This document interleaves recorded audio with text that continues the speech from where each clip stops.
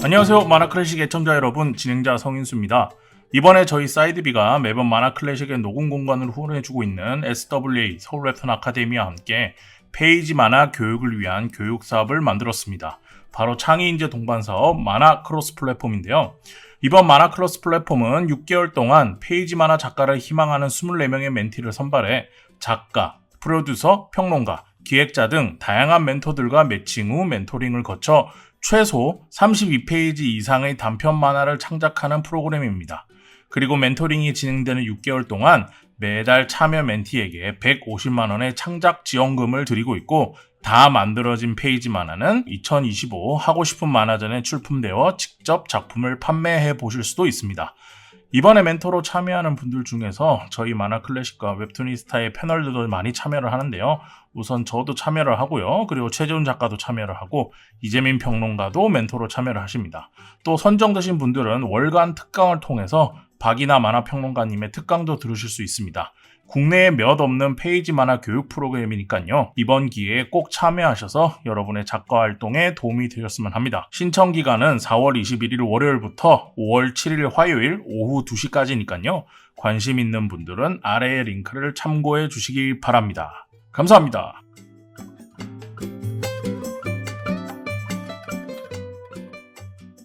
자, 잠시 쉬고 돌아왔습니다. 전우님께서 무협 얘기를 이 시기에 해보고 싶다고 해서 2부에 거쳐서 이제 중국 무협과 일본 무협의 이제 차이에 대해서 좀 얘기를 했고, 그리고 나서 우리가 추천하는, 전우님이 추천하는 작품 주인법 막의 전생에 대해서 얘기를 하고 있습니다. 네. 이거 얘기하기 전에 한 가지 되게 재밌는 거를 좀 이제 앞에 이제 소스를 좀 뿌리자면은, 내가 최근에 챗GPT를 열심히 쓰고 있거든. 열심히 쓰다가 어제는 엊그제는 야, 너 주인법 마계 선생 알아라고 물어봤어.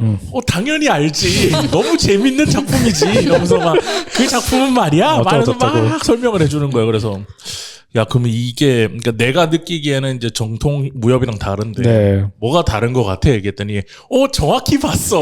이러면서 막 얘기를 해줘. 엄청 미치네. 그런 다음에 내가 엄청 고민인 척하면서 내가 이틀 후에 오디오 콘텐츠로 이거를 해야 되는데 이거 너무 2시간 동안 방송을 해야 되는데 어떻게 해야 될지 걱정이야. 이거를 방송 순서를 어떻게 했으면 좋겠니? 얘기했더니 정말 걱정이겠다 이러면서 얘가 쫙 분리를 해주더라고요. 이것저것. 근데 딱 보는 순간 그 생각이 들었어요. 진행자들의 이제 그것도 끝나겠다 라는 생각이 들었어요. 시대도? 네, 챗GPT 때문에. 얘가 정리를 해주는데 그럴싸해요. 그러니까 이거는 뭐 세부적인 내용을 알려달라는 건 아니고 그 세팅을 해달라는 거잖아요. 그럼만. 요런 거를 했을 때 이제 굳이 머리 짜내서 안 해도 되는 상황이 왔구나. 근데 이제 이걸 그대로 하면 안 되고 참고를 하는 거죠. 내가 생각하지 못한 부분들에서 그럼 요건 요렇게 넣으면 되겠다라는 걸로 쓸 수 있겠다라는 생각은 들었는데 자존심이 상해서 안 썼다. 자, 어쨌든 근데 인법 마계 전생에 대해서 얘기를 하고 있는데, 아까 그런 기준에서 말씀을 드리자면은 일단 실존 인물들을 좀 우리가 봤을 때 멋있는 무사라고 할 수 있는 무사들을 리버스 해가지고 빌런을 화시키고, 물론 주배는 빌런이 아니지만은 그들과 싸우는 걸로 작품을 만든다는 게 좀 흥미진진했어요. 왜냐면은 일본에서 잘은 모르지만 베가본드의 영향이 있을 수 있겠죠. 미야모토 무사시는 절대 꺾을 수 없는 검객이란 말이야. 전설적인 검객이죠. 근데 걔가 이미 빌런이야. 그럼 어떻게 하자는 거야? 그리고 내가 엄청 좋아했던 인슌, 창술의 달인 인슌도 원래 알고 계셨어요? 베가본드에 나오잖아. 맞다. 베가본드에는 슬램덩크 정우성처럼 생겼다고. 근데 여기서는 맞네. 여기서는 완전 생김새가 나랑 비슷하게 생겼어. 그래서 보면서 이게 너무하다라고 간극이 너무 크니까. 왜냐면 그 인슌은 잘생겼거든. 그래서 나름 흠모하고 있던 인슌이었는데 거긴 젊은 인슌이긴 하지만 어쨌든 그런 부분으로 봤을 때 두 분은 이 실존 인물을 가지고 이렇게 내가 알고 있는 정보랑 다르게 리버스한 것에 대해서 어떻게 보셨는지 진원 작가님부터 한번 얘기해 볼까요? 저는 솔직히 말하면 여기서 아는 분이 없었어요. 아메리칸 스타일. 네. 그래서 처음에 이게 실존 인물 관련 이야기인지도 몰랐고 그래서 보다가 제가 유일하게 아는 그 도쿠가와 도쿠가와가 그래서 성만 알겠지. 네. 성만. 이에야스까지는 알았어요.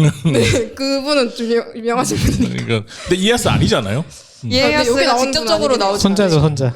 어디 위에 계시는데 네. 이거 이름 좀 익숙한데 하면서 네. 찾아봤더니 네. 여기에 나오는 요리노부라는 캐릭터가 음. 실존 인물이라는 거예요. 네. 그래서 다 검색해봤어요. 모든 캐릭터들을. 근데 진짜 막 검객이고 주배도 막 실존 인물이고 그래서 이게 실존 인물을 가지고 만든 거구나 그때 깨닫고 약간 봤던 것 같아요. 그래서 이제 그때 처음 한 거구나. 네. 처음에 아예 그럼 이제 그 감이 없겠다. 이게 실제 인물의 네. 간극과. 그럴 수도 다비님 있죠. 그래도 좀 아시잖아요. 그쵸. 저는 베가본드도 봤고. 음. 근데 저 일단은 처음에 이제 무사시가 나오는데 음. 그 여기 나오는 무사시도 어쨌든 베가본드의 무사시랑은 느낌이 좀 다른 다르죠. 포지션이잖아요. 다르죠. 여기 중공에서 여기 무사시는 더 파이팅의 걔 누구지? 마시바처럼 생겼잖아. 네, 그래서 조금 다른 느낌으로 리메이크해서 네. 나오는구나 그런 생각이 들었고 음. 막 그 전생한 친구들이 엄청 호감형으로 사실 나오지는 않아요. 캐릭터 디자인도 조금 원래 생김새보다 전생한 뒤의 생김새가 훨씬 괴팍하고 왜냐면은 마계 전생이니까 네, 마계 이미 다 전생이니까. 마기에 쓰인 상태인 거죠. 네, 마귀가 들려가지고 되게 좀 괴팍하게 생겼고 그리고 걔네가 되게 빠르게 리타이어를 또 하잖아요. 맞아요. 그래서 막 엄청 호감이었다라고 생각을 한 캐릭터는 없었는데 네. 개인적으로 조금 이제 기억에 남았던 거는 주배 말고 음. 전생한 이 야규가의 주배 친척들 네. 이쪽 그 사람들이 주배랑 이제 맞붙을 때가 조금 인상이 깊었던 것 같아요. 아빠랑 할아버지인가? 아니요.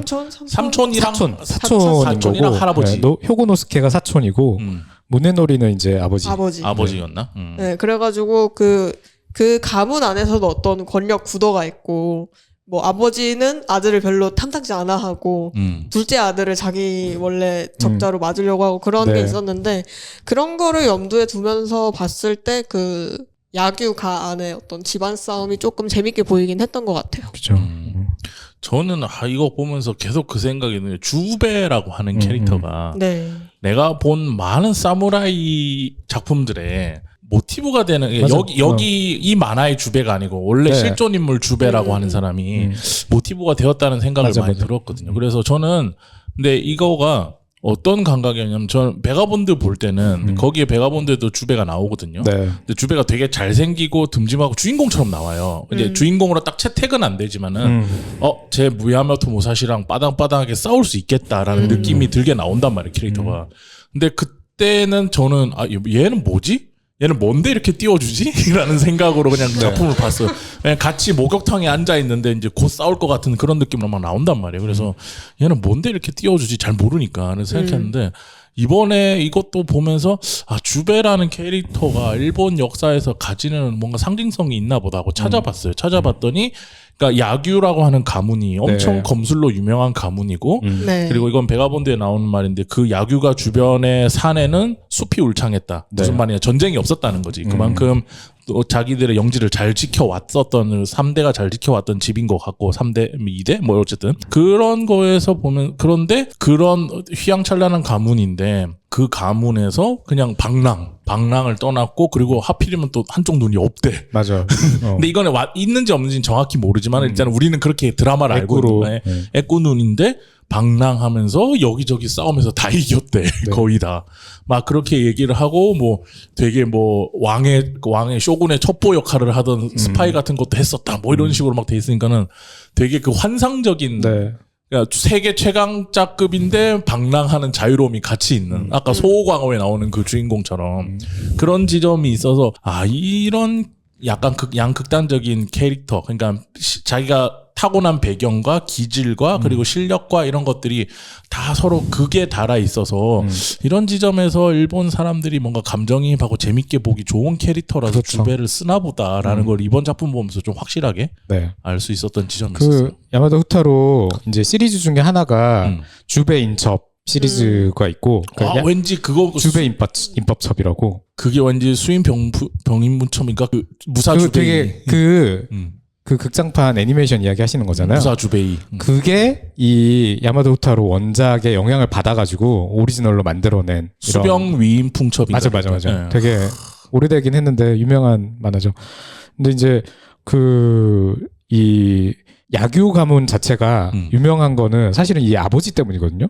은혜놀이가 엄청난 다이묘여서 그 사무라이 출신의 다이묘로는 이 문해놀이가 거의 유일하다고 하거든요. 그러니까 다이묘가 아무나 되는 게 아니었다는 거고. 그렇죠. 특히나 사무라이가 우리가 생각하기에 되게 막 무사시 생각하면은 대단한 사람들인 것처럼 보이지만 어쨌든 이야기의 주인공까지 되니까 현실의 무사시는 무사로서 사실 아무것도 이루지 못한 왜냐면은 무사시는 뭐 만화 속의 주인공이 아니라 현실 속의 역사 인물로는 계속 임관하려고 했었다고 하거든요. 어딘가 그 다이묘 밑에 들어가서 네. 나 사범이라도 좀 시켜줘. 막 계속 이렇게 임관 시도하고 했는데 다 하찮은 직업 정도만 이렇게 하고 하니까 옛날 그 공자랑 비슷해요. 공자도 사실은 되게 자기 꿈은 막 큰 막 이런 왕자 이렇게 보좌하는 뭐 이런 거 원했던 건데 큰 자리도 가보긴 하죠 공자. 제대로 어쨌든 대우 받는다는 생각을 못 해가지고 이제 결국에는 양성하기 시작한 거였으니까 무사시도 약간 어떻게 보면은 자기가 생각한 이상에 비해서 현실의 대우가 너무 좀 마음에 안 들었던 이런 간극에 딜레마를 겪었던 사람인 거고 그 이야기를 이 만화 속에서 무사시의 어떤 욕망의 하나로 좀 담아놨죠. 그러니까 자기가 나 안 하면은 아예 그냥 반란 일으키겠다. 뭐 거의 이거잖아요. 네네. 도쿠가와 그냥 내가 죽여버리겠다. 엄청 근데 우리가 생각하던 무사시의 그 명성에 비하면은 되게 하찮은 쪼잔한 행동이죠. 완전 소인배 욕망이죠. 완전 개인주의에 있는. 그렇지만 사실은 이거 사실은 되게 사실적인 것일 수도 있죠. 실제로 거기에 가까울 수가 있다라는 거죠. 왜냐면은 이 사람의 욕망 수준으로 생각하면은 역사적으로 남겨진 흔적들은 그렇게 보여버리니까. 네. 그리고 실제로 이제 그 시대에 도쿠가 막부에서는 이런 검객들은 정말 전혀 필요하지 않았던 평화의 시대가 왔으니까 이미 끝났는데 뭐. 네. 그래서 이 사람들 처리하는 거를 이 막부에서 고민하던 거니까. 그래서 어떻게 보면 이 이야기의 판타지성과 별개로 어떤 부분 되게 설득력이 있어요. 네. 이 만화 그 야마다 후타로가 이미 만들어낸 그리고 이제 주베에 대한 부분도 아까 말씀을 이미 해주셨지만은 제 생각을 조금 보태자면은 다이묘 가문인 거잖아요. 주베도 어쨌든 그 영지를 받았고 아버지의 영지에서 이렇게 떼가지고 또 받기도 했고 근데도 역사적으로 보면은 다른 형제들 가문 물려받은 형제들이나 이거에 비해서 미스터리한 흔적들이 너무 많다는 거죠. 다이묘 출신인데 다이묘 안 입고 막 딴 데 돌아다니고 그러니까 이상하다는 거죠. 그러니까 이제 사람들이 상상력을 많이 가미할 여지를 주는 것 같아요. 맞아요. 그리고 이 주베라는 여러 가지 그 이야기거리가 되게 많다고 하는데 애초에 그 이름부터가 좀 되게 특이하거든요. 주베가 주가 10이잖아요. 10이잖아요. 그러니까 이게 그래요? 네. 십자가처럼도 또 보이는 거예요. 네. 근데 이제 여기에 나오는 군주 쇼군 아마쿠사 시로는 기독교 반란군 지도자란 말이에요. 맞아요. 그걸로 되게 유명한 어떤 캐릭터화로 지금 이제 또 돼 있고. 네. 그러니까 그 막에 전생된 애들 데리고 이제 가는 애 얘기를 하는 거죠. 그래서 십자가 귀걸이 하고 있는 건가요? 모르겠어요. 거기까지 이제 의미 부여를 한 건지는 뭐 저도 잘 모르겠지만은 누가 십자가 기고를 하고 있었지? 그 시로가 못 봤어요. 그거는 맞을 거예요. 아마쿠사 시로는 확실하게 기독교 신자였고 그 기독교를 이렇게 탄압하려고 하니까 저항하다가 이제 완전히 이렇게 거의 뭐 죽었던 거라서 엄청 잔인하게. 네. 그럼 여기서 그리는 마계는 천국인가? 인법 천국전쟁. 그러니까 이제 한 명 한 명 나오잖아요. 다 제가 찾아봤는데 어떤 사람들은 되게 이제 기록이 자세하게 나온 사람도 있고 어떤 사람은 정말 우리나라에선 거의 기록이 안 나오는 사람도 그죠? 있고 뭐 일본어 위키나 영어 위키 찾아봐야지 겨우 나오는 사람들도 있고 그런데 어쨌든 대부분은 그래도 역사적으로 이름이 남아있는 사람들이라는 거. 그래서 이 야마다 후타로가 뭐 좀 이렇게 전생을 시키는 이런 걸로 뽑을만 했다라는 거 사실 더 유명한 사람도 있긴 하지만은 뽑을만 했다라는 거랑 또 한편으로는 리타이어 시킬 때도 되게 부담 없이 리타이어 시키는 어떤 이런 것도 가능하지 않았을까. 나온 캐릭터 중에서 어느 캐릭터가 좀 마음에 드셨어요? 그래도 저 먼저 이야기해야 되나요? 네.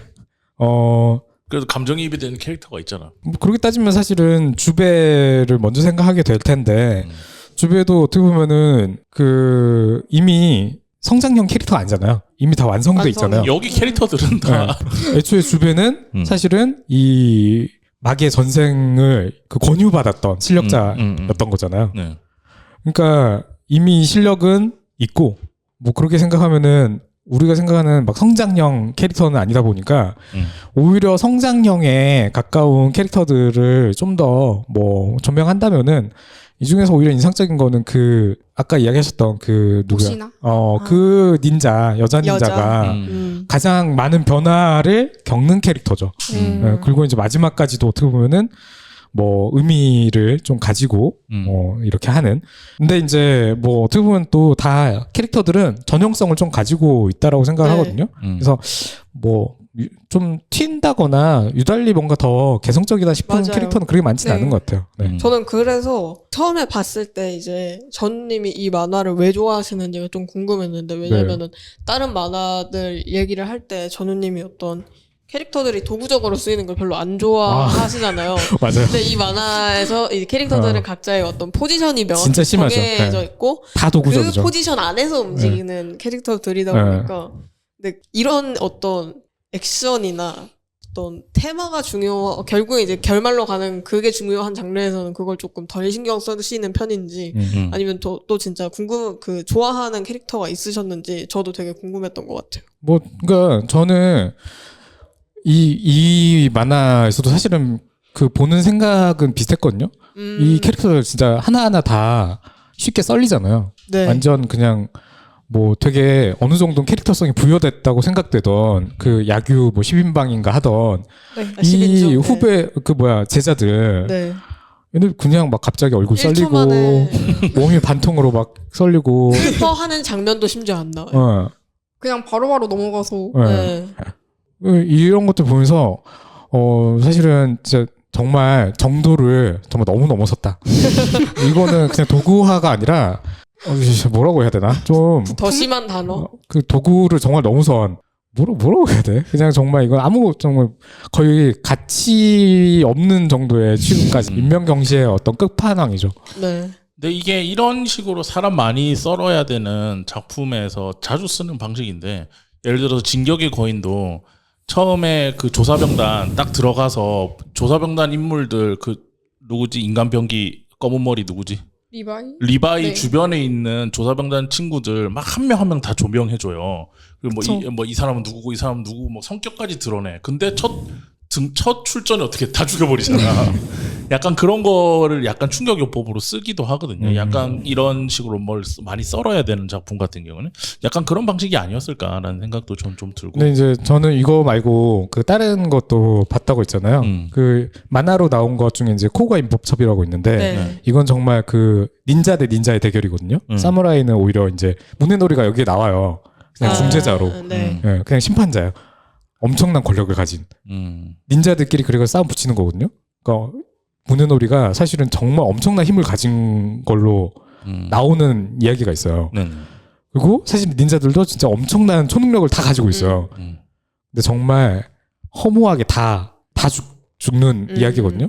그래서 이 야마다 후타로의 이야기 자체가 인명경시를 기본으로 깔고 있어요. 사람들이 쉽게 이렇게 죽는, 그리고 그 중에서 어떤 사람들은 주인공격처럼 보이는 사람들도 있고 어떤 사람들은 그래도 이 사람 살아남지 않을까? 살아남는 것처럼 네. 약간 좀 몰아가기도 하고 그냥 금방 다 죽이고 그것도 그냥 죽이는 게 아니라는 거예요. 묘사를 되게 처절하게 하는 경우들이 많고 그래서 이 사람의 이야기 자체가 어떻게 보면 이게 전반적으로 깔려있거든요. 되게 허무주의적인 거. 그러면서도 이 결정론적인 세계관은 사실 거의 빈틈이 없어요. 바뀌지가 않아요. 이 에도 막부, 맞아요. 도쿠가와 막부는 전혀 흔들림이 없어요. 그리고 그 도쿠가와 막부가 사실은 모든 배후에 있다라는 식의 이야기거든요. 이 초능력자들이 뭔가 예를 들어서 이 정도의 능력이면은 사실은 오히려 도쿠가와 도요토미 가문을 암살하거나 해주는 방법이 있지 않아? 텐데. 라고 생각할 수 있는 정도의 초능력자들인데 내 말이. 근데 뭐가 어떤지 모르겠지만 도쿠가와는 정말 더 큰 힘과 권력과 정보력과 더 많은 능력자들을 가지고 있는 것처럼 돼 있거든요. 그러니까 정말 이 결정론적인 세계관 속에서 개인들의 대결을 그리고 있다고 생각해요. 근데 그 개인들의 대결조차 의미가 없는 허무주의적인. 진현 작가님은 어떤 캐릭터 좀 중심적으로 보셨습니까? 저는 시로 중심으로 봤던 것 같아요. 왜냐면 처음 맞아요. 처음 전생하는 캐릭터죠. 음. 이기도 하고 음. 처음 볼 때 이 친구가 약간 루크 스카이워커 음. 스타워즈의 어. 그리고 소이켄이 약간 역시 아메리칸 스타일. 소이켄이 그 요다?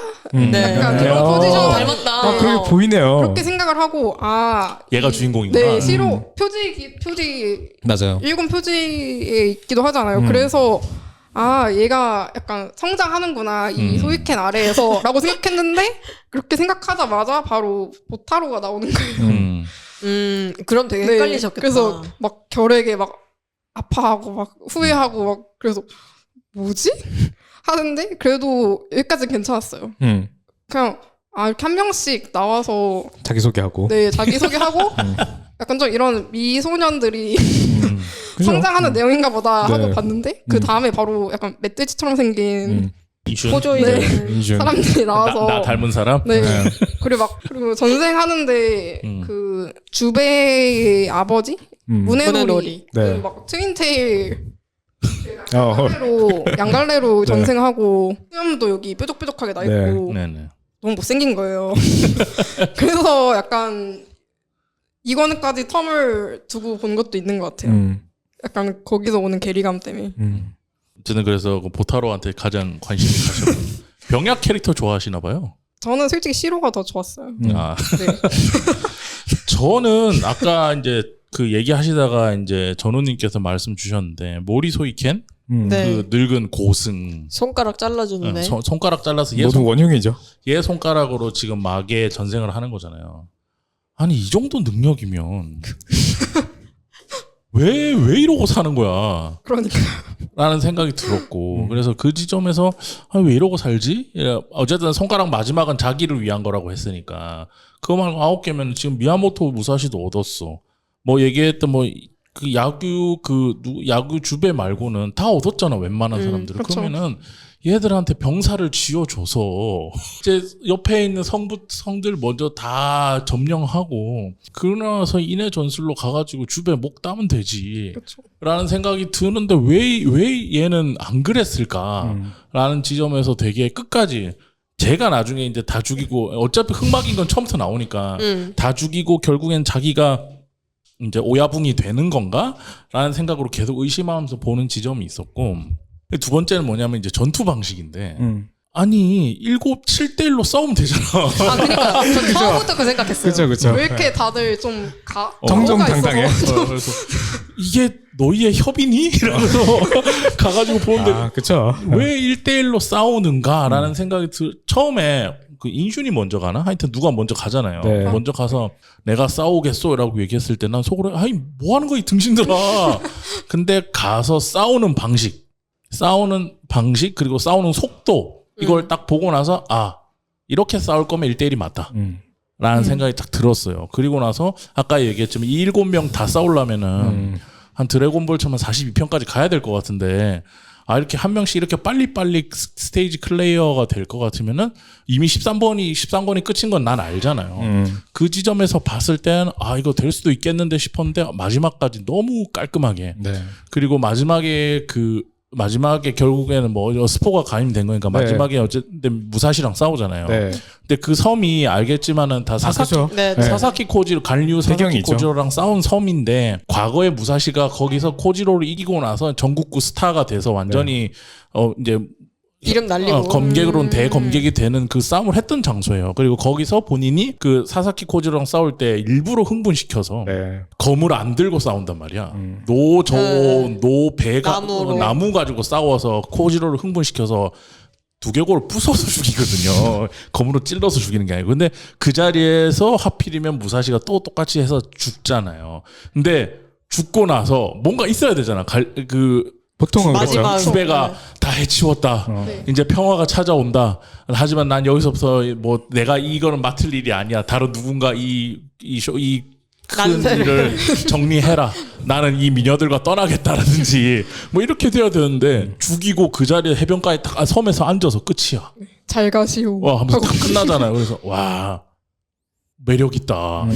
이 원작도 이런 거면은 원작까지는 잘 몰라요. 굉장히 매력적이게 이 작품을 만든 거고 그거 되게 잘 표현한 것 같다라는 생각이 저는 좀 들었어요.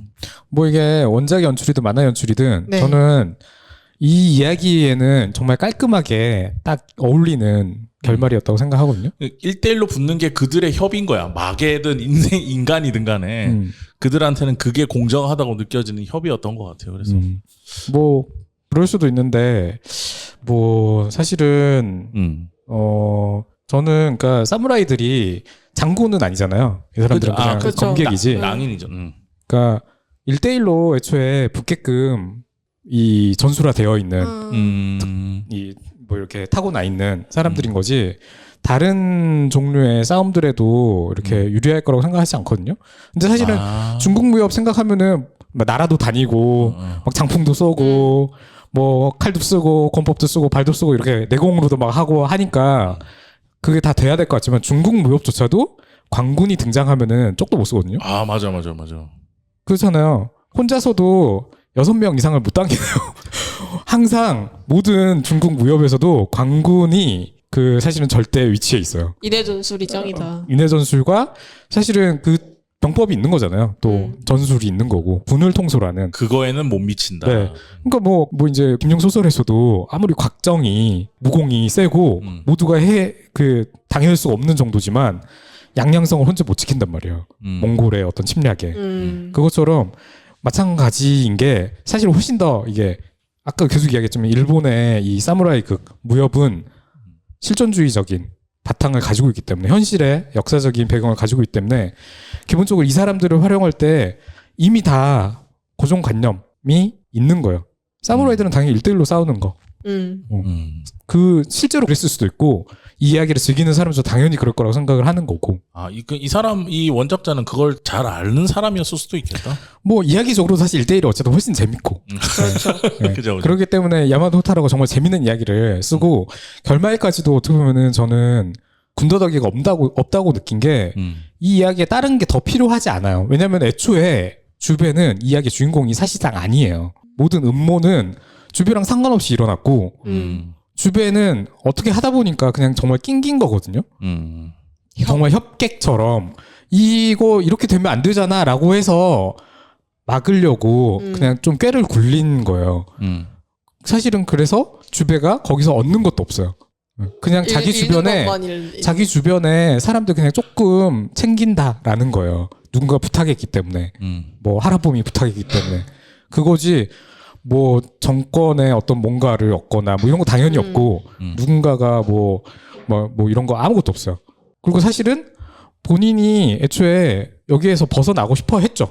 근데 계속 마계 전생 시키려고 계속 귀찮게 하고 너 마계 안 되면 우리 저기 하라고 하니까 너 전생 안 하면은 우리가 널 죽일 거야 라고 하니까 사실은 낑긴 거지 이 이야기의 어떤 주도적인 역할을 할 만한 이유가 없었거든요.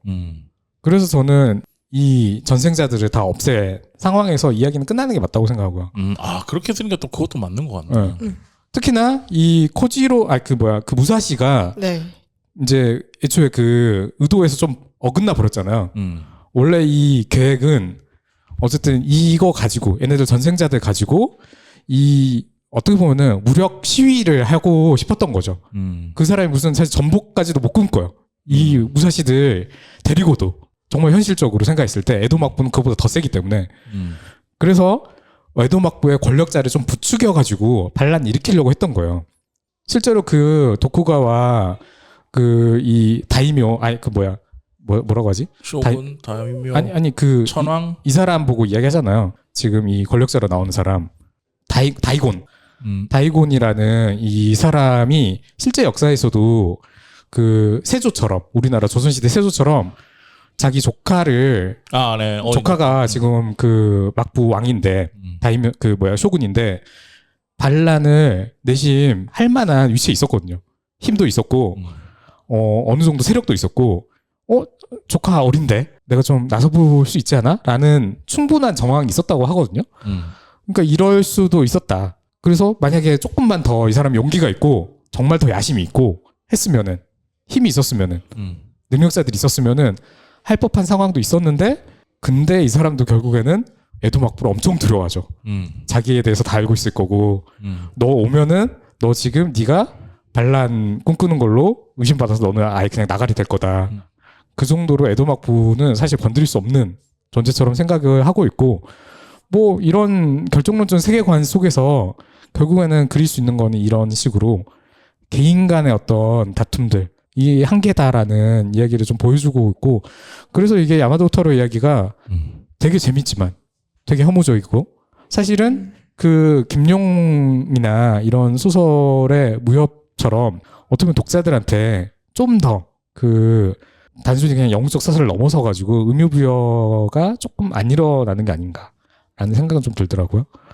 너무 이야기적으로는 깔끔했지만 사실은 그 하드보일드한 느와르에 가깝죠. 그렇죠. 근데 그 재미가 있는 것 같아요. 네, 이것도 하나의 재미죠. 무조건 영웅이 있어야 되고 그 영웅이 모든 걸 해결하고 이런 거보다는 그냥 이 어쨌든 현실적인 무협이랑 다르게 현실적인 리얼리티를 좀 추구한다고 네. 봤을 때 현실에서는 영웅이 그렇게 분기에 탱천해서 일어나는 일은 잘 없잖아요. 네. 그냥 하나의 사건이고 하나의 사건 속에서 그 사건이 끝나면 그 다음 사건이 또 일어날 뿐이니까는 그 지점을 잘 염해서 보여준 것 같다라는 생각이 드는데 근데 이제 이 작품을 우리가 얘기를 하면서 무협에 대한 협의나 이런 네. 얘기도 하고 캐릭터에 대한 얘기도 하고 이런 전투 방식이 굉장히 재밌으니까 네. 요거 기다리는 맛에 한 2권까지만 좀 참고 보시면은 상권부터 네. 재밌을 거다라고 얘기는 좀 했는데 그래도 그러면 이 작품을 굳이 내가 전우님이 제일 좋아하는 작품이라고 막 댓글에도 써놨더라고요. 아까 보니까는 이 작품은 엄청난 작품이며 많은 시간 써놓으셨더라고요. 기억이 안 나. 네.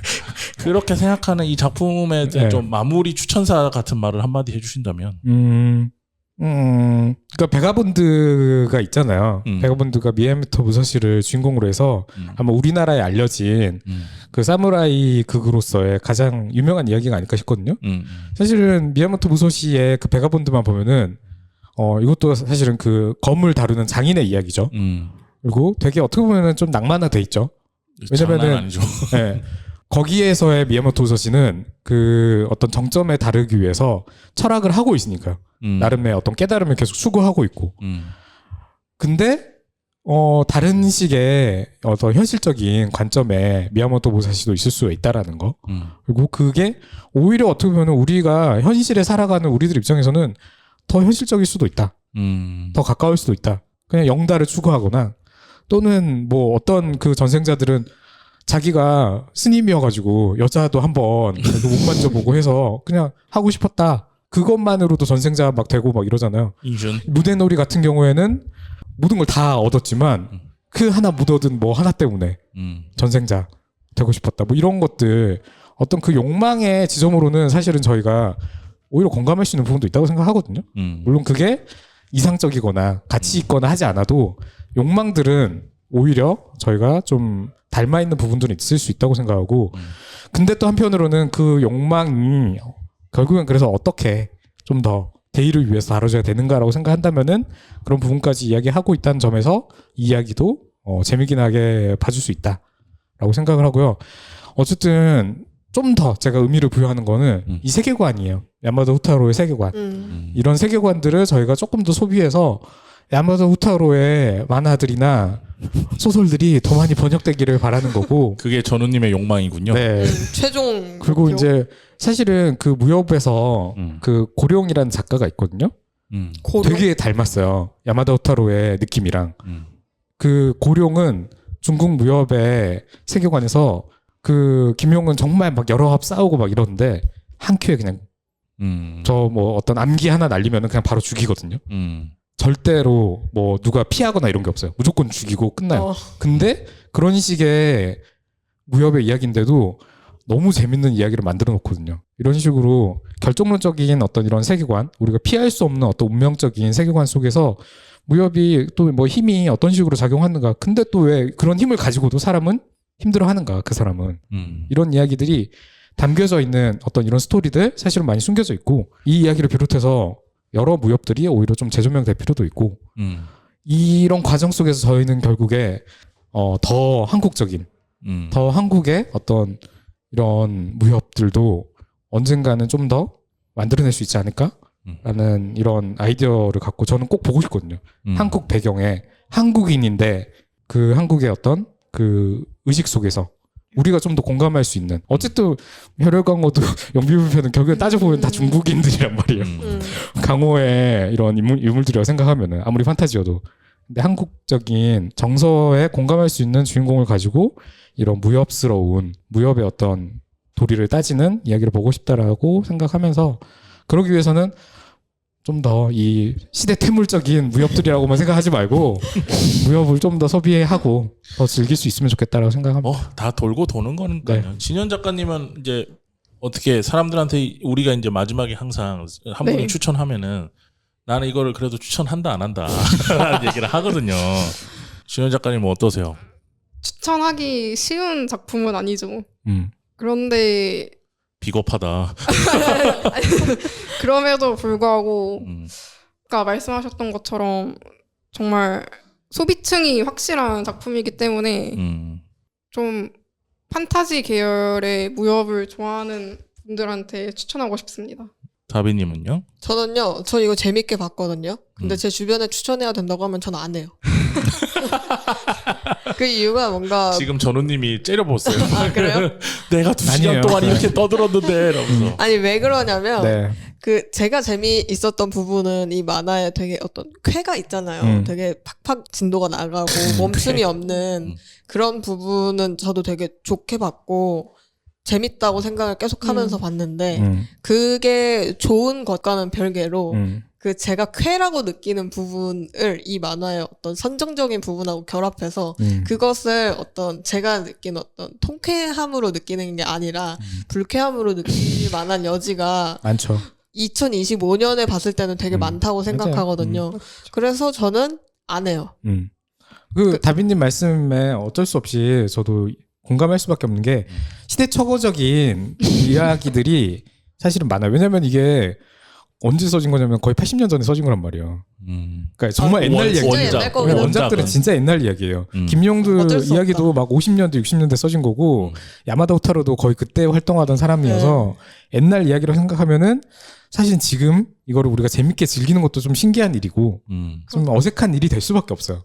네. 그래서 다빈님이 네. 오히려 뭐 맞다고 생각해요. 근데 남한테 추천은 안 하는데 내가 나중에 다시 볼 의향은 있다. 왜냐면 나는 재밌게 봤으니까.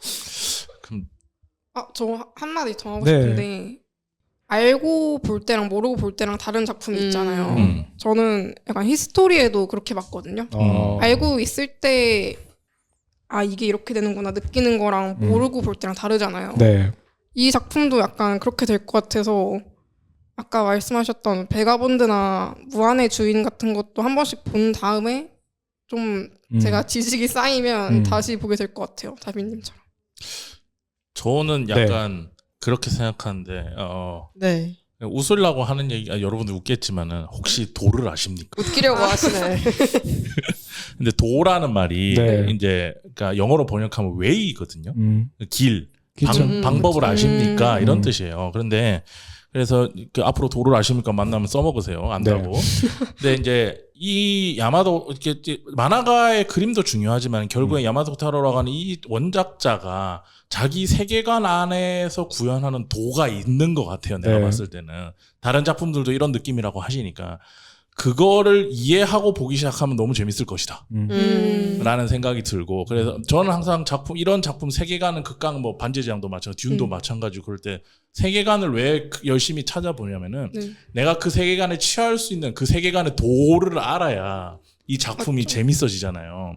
그런 의미에서 내가 우리가 쭉 설명해 준 걸 듣고 이런 세계관에 내가 취해서 볼 수 있는 사람이다라고 생각하면 나는 보시는 걸 적극 권장해요. 왜냐면 그냥 어차피 판타지니까 네. 실제로 일어나는 일도 아니니까. 근데 만약에 쭉 얘기를 들어봤는데 나는 아닌 것 같다. 이런 돈은 내가 따를 수 없어. 나의 협으로 이런 돈은 불가하오라고 네. 하는 분이 계시면은 뭐 좀 시간을 두고 보시는 게 좋지 않을까. 마지막으로 제가 말을 덧붙이자면은 사실 제가 처음에 무협에 대한 이런 네. 여러 가지 이야기도 많이 하고 있지만 거기에 이 만화가 정말 딱 일치하는 만화냐 하면은 어쨌든 그렇진 않고 오히려 저는 묵공이라고 생각하고요. 약간 사파이 느낌 있죠. 네, 이 만화는 오히려 좀 다른 측면에서 저희가 좀 더 생각해보면 여러 가지 개성 중에 하나고 근데 어쨌든 이런 여러 것까지도 사실 무협의 어떤 하나로서 저희가 다뤄볼 수 있는 고민해 볼 수 있는, 정의해 볼 수 있는, 포함된다는 어떤 광의적인 의미가 있고요. 그래서 좀 더 그냥 무협이라는 이런 콘텐츠가 그냥 시대착오적이거나 낙후된 게 아니라 계속 이렇게 좀 현재까지도 좀 이렇게 계속 좀 다뤄지고 이야기 될 만한 그런 이야기로 좀 한번 좀 다시 재생산하고 싶었어요. 콘텐츠적으로. 네, 알겠습니다. 오늘 방송은 여기까지 하겠습니다. 다들 네네네. 고생하셨습니다. 네, 감사합니다. 감사합니다.